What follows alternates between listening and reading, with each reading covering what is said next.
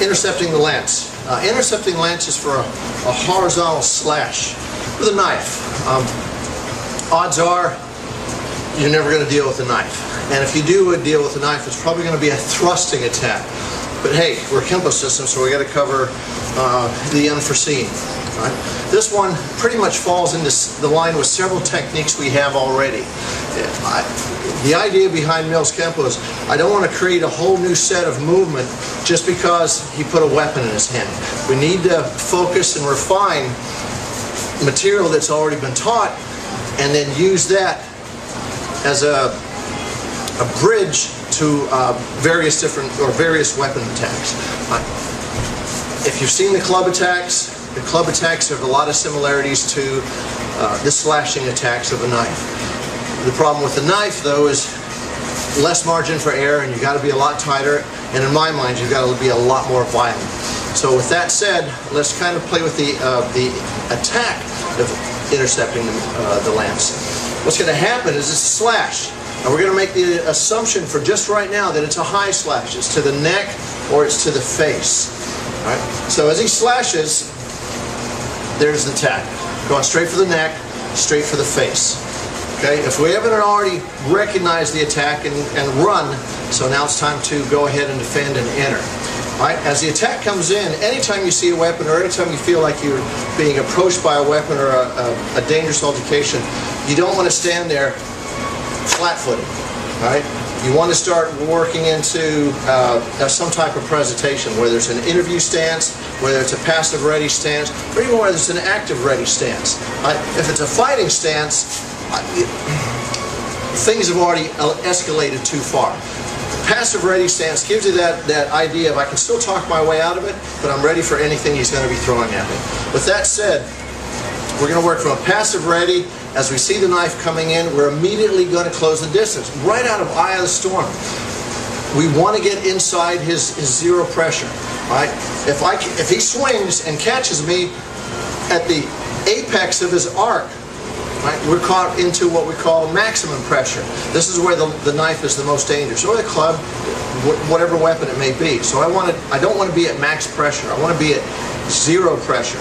Right? Zero pressure is either going to be before the attack starts, after the attack starts, or inside the attack, which is where eye of the storm comes from. With that in mind, as that thing starts to arc in towards me, I'm immediately going to enter. Right? Notice the wedge. Very common principle that we use in AKI Kempo and a lot of combative systems. And as I wedge, we're going to be much more destructive on the attack.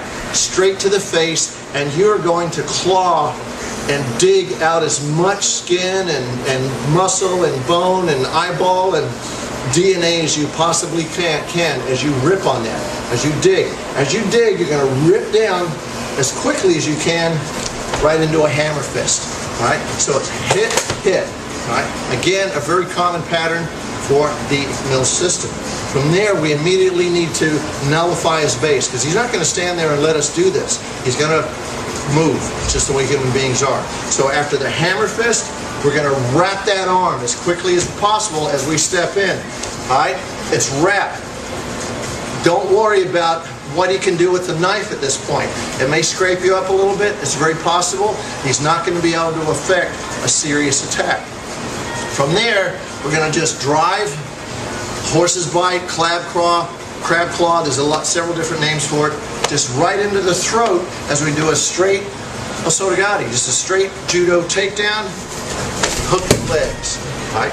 Once he's down, we can drop weapons, but where this technique goes is we're going to control that hand, and again, right out of Mills Kempo, we're not going to create a whole bunch of new motion just because it's a weapon. We're going to hyperextend, crack the arm, and destroy it as we work our way up. Let's try it from this angle just to kind of get a different perspective as he comes in. Right, straight into the face. Hammer, start making him thinking about something else as we step up and just get that wrap, control it. You can look and get an idea how tight that weapon is being held. Take down, hyperextension, work your way out. On the hyperextension, break it.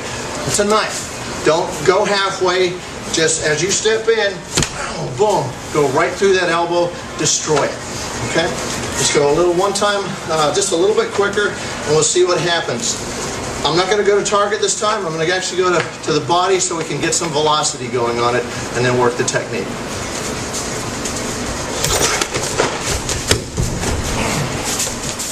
And that's intercepting the lance. Play with it. There are no givens when you face a knife. Most cases, you're not going to see the knife. If you have the luxury of seeing the weapon, then you have a better chance of defending against yourself against the weapon. Most cases, what's going to happen is you got to pay attention. If you're not paying attention, you won't see it. Life is not going to be fun for a while. So make sure you work on your awareness skills as well as the physical skills that are entailed in Kempo.